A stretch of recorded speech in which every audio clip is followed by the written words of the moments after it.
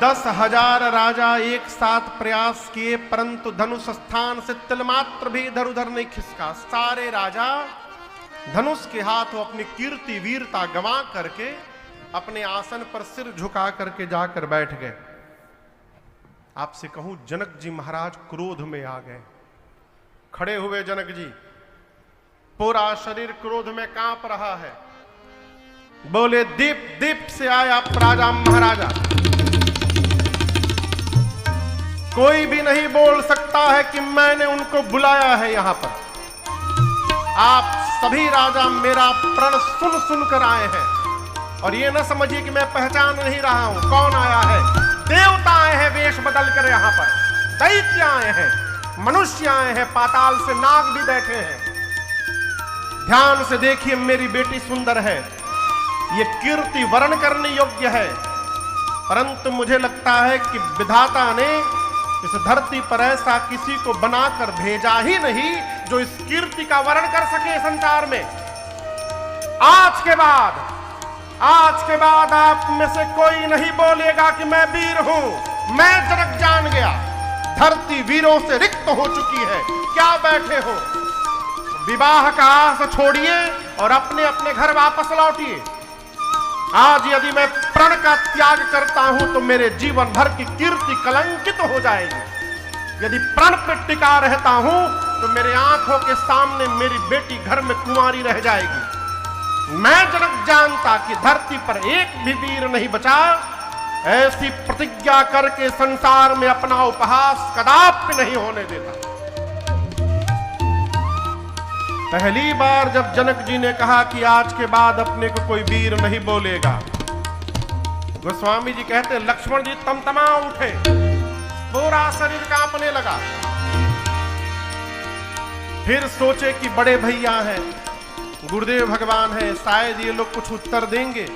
किसी तरह लक्ष्मण जी अपने क्रोध को अभी शांत ही किए थे, तब तक जनक जी महाराज ने दूसरी बार ललकार दिया, जाऊं जनते भिनु भट भूमि भाई, अपन करी होते हसाई। जानता धरती पर कोई वीर नहीं बचा, ऐसी प्रतिज्ञा करके अपना उपहास कदापि नहीं होने देता। जब दूसरी बार ललकारा, गोस्वामी जी कहते हैं लक्ष्मण जी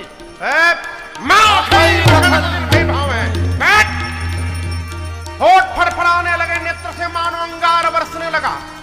खड़े भय लक्ष्मण जी राम जी को प्रणाम करके बोले, भैया क्षमा करिएगा, रघुवंश का एक छोटा सा बालक जिस सभा में पहुंच जाए, ब्रह्मांड में किसी की क्षमता नहीं कि बोल दे धरती पर कोई वीर नहीं बचा।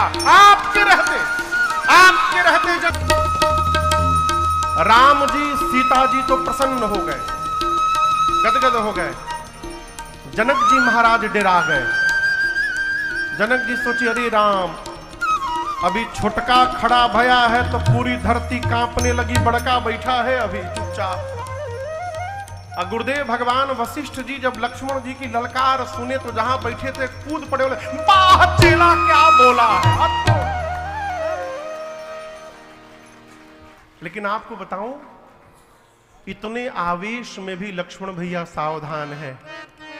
कहते खंड खंड कर दूंगा, छिन्न भिन्न कर दूंगा, सब कर दूंगा प्रभु, लेकिन अपने भरोसे नहीं करूंगा, आपके प्रताप से करूंगा। ये विवेक है। अब लक्ष्मण जी आवेश में पहुंच गए, धनुष के पास हाथ बढ़ा दिए हैं। कहते हैं भैया कहिए तोड़ दूं। राम जी मन में सोच रहे हैं तोड़ना हमको है, ये छोटके तैयार है तोड़ने के लिए। विश्वामित्र जी लक्ष्मण जी की भाव भंगिमा देखे तो राम जी से बोले, जल्दी बुलाओ, कहीं तोड़ी मत देवो। लक्ष्मण जी राम जी को ही देख रहे थे। राम जी ने लक्ष्मण भैया को देखा और मुख से नहीं बोला, आंख के इशारे से कहा, भाई साहब कम हियर। गुरुदेव भगवान विश्वामित्र जी ने कहा, उठहु राम भंजहु भव चापा, मेटहु तात जनक परिताप। जैसे गुरुदेव ने आदेश दिया, मेरे प्रभु सहज ही खड़े हुए। और विश्वामित्र जी को प्रणाम करके राम जी चल पड़े। आपको बताऊं, जब राम जी धनुष की ओर बढ़ने लगे तो वहां जितने मिथिला के नर नारी बैठे थे, सारे मिथिलावासी अपने पितृ देवताओं से प्रार्थना करने लगे कि आप लोग हम लोगों के जीवन के सारे सत्कर्म ले लीजिए, सारे पुण्य ले लीजिए, हम सब दे दे रहे हैं, बदले में एक काम करिए। क्या? जिस प्रकार बच्चे कमल की नाल तोड़ देते हैं, आज राम जी के हाथ से इस धनुष को तुड़वा दीजिए। आज के बाद हम जीवन में कभी कुछ मांगेंगे नहीं आपसे। सीता जी की मां सुनैना जी बिहुवल हो गई।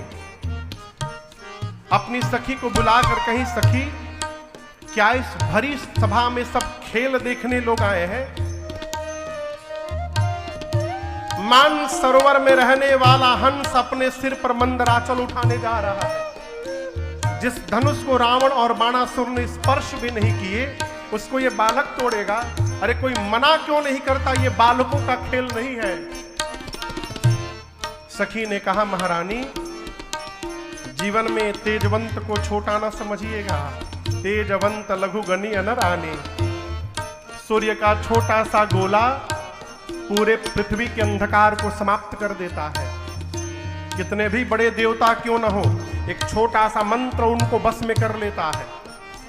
विशाल मदमस्त हाथी को एक छोटा सा अंकुश अपने बस में करके रखता है। मटके से जन्म लेने वाले अगस्त ऋषि पूरा समुद्र पान करके बैठ गए थे। कामदेव तो पुष्प का बाण चलाते हैं, पूरे विश्व पर विजय प्राप्त कर लेते हैं। मैं कहती हूं, जिनको आप छोटा समझ रही है ना, वही आज बड़ा काम करके दिखाने वाले हैं। आप भरोसे में बस रहिए। इधर सीता मैया व्याकुल है, शंकर भगवान से, पार्वती जी से, गणपति भगवान से कहती हैं, गणनायक वरदायक देवा, गणनायक वरदायक देवा, आजू लगी कीन्हियों तुम सेवा, आज लगी कीन्हियों तुम सेवा। माँ कहती है, गणपति भगवान, आज के दिन के लिए ही मैंने आपकी बड़ी सेवा की है। आप कितने भारी है ना? गणेश जी भारी है कि हल्के हैं? कहिए, आप कितने मोटे हैं, भारी हैं, लेकिन जब आप मूसक पे बैठते हैं तो हल्के हो जाते हैं। जैसे आप मूसक पर बैठते समय हल्के हो जाते हैं गणपति जी, उसी प्रकार इस धनुष को आज हल्का कर दीजिए ना।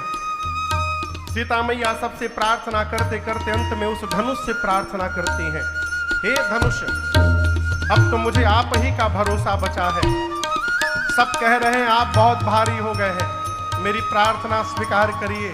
जैसे मेरे प्रभु आपके निकट आवे, आप में जितना आज भार है, अपना सारा भार यहाँ जितने मूर्ख राजा बैठे हैं उनके सिर पे रख दीजिएगा। अब मेरे प्रभु को देखते पुष्प जैसे हल्के हो जाइएगा।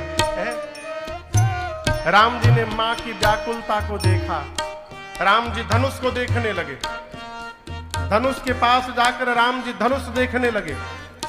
लक्ष्मण जी गुरु जी के पास बैठे हैं। गोस्वामी जी कहते हैं, लखन लख्यो रघुवंश मणि ताके हर कोदंड। लक्ष्मण जी देखे कि भैया धनुष को देख रहे हैं, यानी उठाने वाले हैं। लक्ष्मण जी गुरु जी के पास थे, खड़े हुए, खड़े होकर अपने दाहिने पांव से धरती दबाने लगे। दबाकर कहने लगे, शेष नारायण दिक्पाल सावधान हो जाइए, धरती पकड़ के बैठिए, कहीं ऐसा ना हो भैया धनुष को उठावे और धनुष के साथ साथ धरती ही ऊपर उठ के चली आवे। धरती पकड़ के बैठिए। सारे मिथिलावासी अब तक राम जी को देख रहे थे, अब सब लक्ष्मण जी को देखने लगे। आपस में बात कर रही है, हो क्या रहा है? धनुष तोड़ने बड़का गया है, छुटका क्यों पांव से धरती दबा रहा है? राम जी ने धनुष की परिक्रमा लगाई है। धनुष को प्रणाम किया, धनुष के इष्ट भगवान शिव को प्रणाम किया। विश्वामित्र जी को प्रणाम करके आए थे। धनुष के पास पहुंचकर अयोध्या में बैठे गुरुदेव भगवान गुरही प्रणाम मन ही मन कीन्हा, और उसके बाद धनुष के ठीक मध्य भाग में भगवान ने अपना ले जाकर कर रखा। जितनी देर के लिए बिजली चमकती है उतनी देर में ही भगवान ने उठाया, झुकाया, तोड़ दिया। धनुष टूटने की आवाज इतनी कठोर थी, पूरा ब्रह्मांड भर गया। सूर्य नारायण धनुष यज्ञ देखने आए थे, उनके घोड़े आवाज सुनकर फटक कर भागने लगे। पाताल पर दिक्पाल, धूरी पर कलमला उठे। धरती पर संत सुर मुनि ने कान बंद कर लिया। पूछने लगी ये कैसी आवाज आई। गोस्वामी तुलसीदास जी ने कहा राम जी ने शिव जी के पिनाक को खंड खंड कर दिया। बोलिए सियावर रामचंद्र भगवान की जय। पूरे ब्रह्मांड में खलबली मच गई, लेकिन जिसके कारण हलचल हुआ है वो शांत खड़े हैं राम जी। अब सतानंद जी ने सीता मैया की सखियों को कहा कि जयमाल के लिए सीता जी को आगे लेकर आइए। सखियां मेरी मां को लेकर आई। चतुर सखी ने सीता जी से कहा कि जयमाल पहनाओ। मां हाथ उठाती हैं लेकिन प्रेम के कारण पहना नहीं पाती हैं।